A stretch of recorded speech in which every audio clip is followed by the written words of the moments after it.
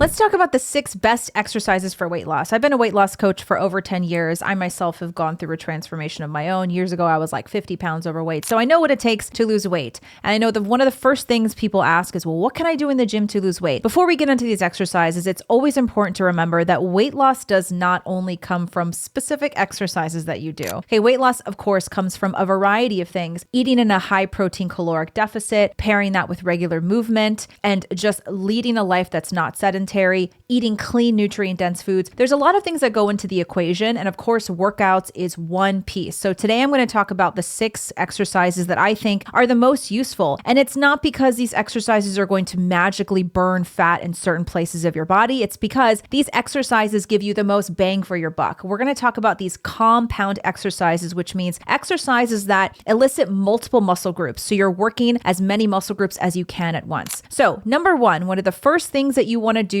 one of the first exercises you want to do in the gym regularly is the squat. Of course, the best thing to do with the squat is to make it a weighted squat. You can use dumbbells if you're brand new. You can use a kettlebell at your chest, like a goblet squat, or you can use a barbell, a back squat, a front squat, and then a much more advanced version of that would be an overhead squat. But the squat is a great exercise in general because obviously it's going to work the legs. It's more quad dominant. You're really going to get a nice burn on the anterior chain of the body, but also secondary, you're going to work the glutes, and you're also going to work your core. There are a lot of different parts of the body that are needed to perform a really, really good squat. How many times a week should you squat? That depends on your goal. It depends on what you're really going for. But I often recommend doing at least 1 to 2 lower body sessions a week. And a really common way that I'll break down workouts for my clients is I'll have them do 3 to 4 strength training workouts a week. These are, of course, my weight loss clients. And I make them 2 lower body, 1 full body, and 1 upper body. Now, there are different ways that you can do it, but a squat is often thrown into there like twice a week, I would say. And there are many different variations of the squat. So even outside of the bilateral squat where both feet are on the floor, you can do things like the Bulgarian split squat, which is something that I use very, very often for my clients. It's such a good unilateral exercise. It gives you a really nice burn. And there's a way to do a Bulgarian split squat that's a little more glute focused if you really want to hit that posterior chain. Number 2, the deadlift. This is one of my favorite compound exercises that I think everybody should do.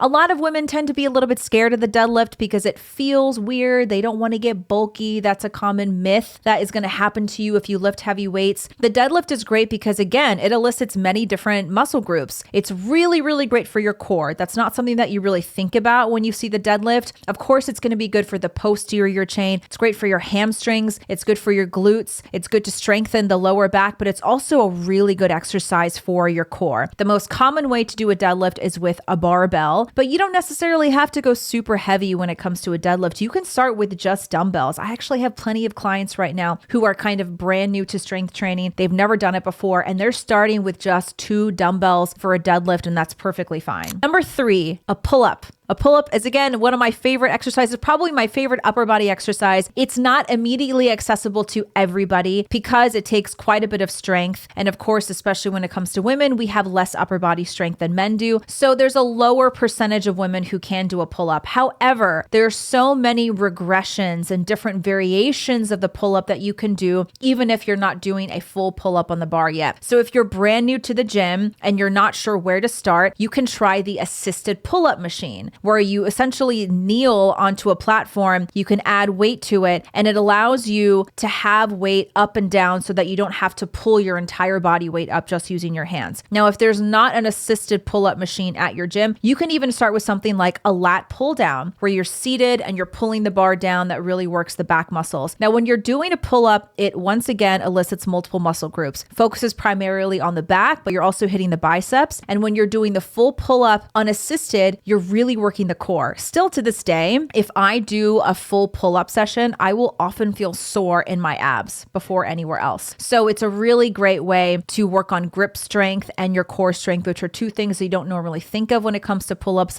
but I'm a big fan. Now, for those of you who have never done a pull-up before and you're brand new to strength training, try the regressions. One of the very first things you can work on to help build up strength for a pull-up, it sounds simple, but it has a lot of impact, is just passive hanging. And that works on your grip strength. strength. So a lot of women, when they first start to do any type of pull-up regressions, they're like, my hands hurt. I can't believe I can't grip the bar for that long. One of the first things you need is enough grip strength. So find a pull-up bar and just work on hanging, passive dead hanging. Let everything hang, let your head fall between your shoulders, and you're going to be able to hold onto the bar longer and longer, which is really going to help build up that grip strength for the pull-up. And then after you're working on the assisted pull-up machine, then you can work on bands. You can attach the band to the bar and then step into it with your feet and use that for resistance to pull yourself up and down. And eventually you can get into eccentric pull-ups. There's just so many things you can do. Don't ever underestimate the power of a pull-up. It elicits so many different muscle groups. Number 4, this is a great one. It's simple, and I like it because it obviously incorporates the plank. The plank in and of itself, to feel strong and proficient in a plank, takes a lot of core and shoulder strength. And then when you add the push-up to it, you're getting the chest and secondarily the triceps. Push-ups full on your feet are not necessarily accessible to all women, but once again, there are a ton of variations and regressions that you can do. The first one right off the bat is push-ups on your knees. That is accessible to pretty much anyone who is a beginner to strength training. So just start by going on your knees, going really slow, chest all the way down to the ground and trying to push back up. And then there are, of course, some intermediate levels that you can do in between. For example, if you're sort of in between and you're not able to do the full push-up yet, start in a plank on your feet, lower your chest all the way down to the ground. When your chest hits, put your knees on the ground and then push back up in a knee push-up. And then there are other exercises that hit your chest, like a bench press, a dumbbell press, chest fly, things like that. That can really help with the chest, building the muscles in your chest. But I like the push-up most of all because there's so many different variations. It works your shoulders and your core strength, including the chest.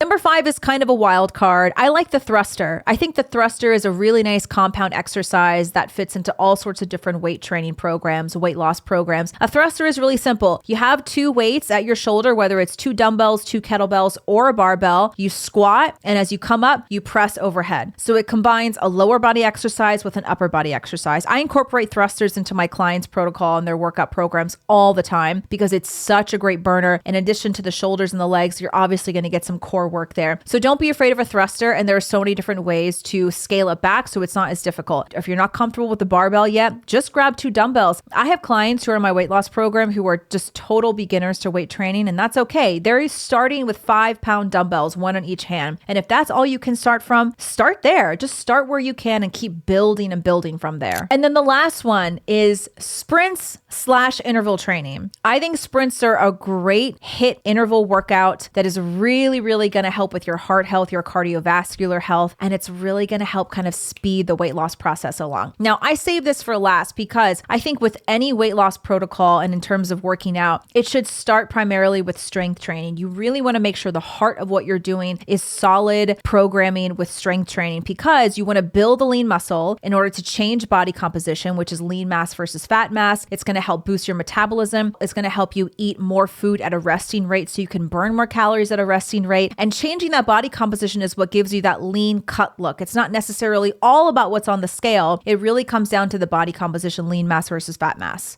And that's why strength training is so important. However, I don't recommend doing only strength training. Cardio is a great part of any weight loss regimen, especially if it's sprinkled in between your strength training workouts. I like sprints because with the interval training, you get the heart rate to go really high and then you rest, really high and rest. There's so much science and research showing that this is a great way to help you burn fat. It's a great way to help improve cardiovascular health. And what I love about sprints and interval training is that it's a really short session. It's like 15 to 20 minutes of interval training. If you are not a runner, if you're not someone who's comfortable actually sprinting yet, that's okay. There are so many different ways to do interval training. You can do HIIT body weight workouts. Remember, HIIT stands for high intensity interval training, where you do an exercise like a plyo exercise for 20 to 30 seconds at a really high rate. You go fast and then you rest. That is a similar thing to sprinting because you're getting the heart rate up and then you're resting. Heart rate up and you're resting. You can do something like on an air bike where you're going really fast for 15 to 30 seconds and then you rest. This just general sort of interval training approach is a great thing to add to your routine. I have some clients that are just doing sprints once a week. I've got some that are doing sprints twice a week. And when I say sprints, I also mean interval training. So it's kind of up to you. It's depending on your availability. It's depending on your ability, where you're starting from. But I think that the interval training is a really, really great way to help aid in weight loss. Now, it shouldn't be the only thing that you do, but it's a great addition to your strength training. So these exercises are always a part of my clients' training programs. They're a part of my own training program. And remember, you can't just do these exercises in a vacuum and expect that you're going to lose weight. It's going to like take off 10 pounds. You have to also have a high protein caloric deficit. You have to be eating nutrient dense foods, making sure you're eating plenty of protein, drinking enough water, you're getting enough sleep, you're managing your stress. There are a lot of different moving pieces, but I would start with these exercises and you can kind of build from there. Highly recommend these. I hope you guys like them too. Let me know in the comment section, do you guys like these exercises? And are there other exercises that you really rely on to help you with your weight loss goals? Don't forget to like and subscribe to my channel. Share this video if you found it useful. Let me know what you want to see on the next video, and we'll see you next time.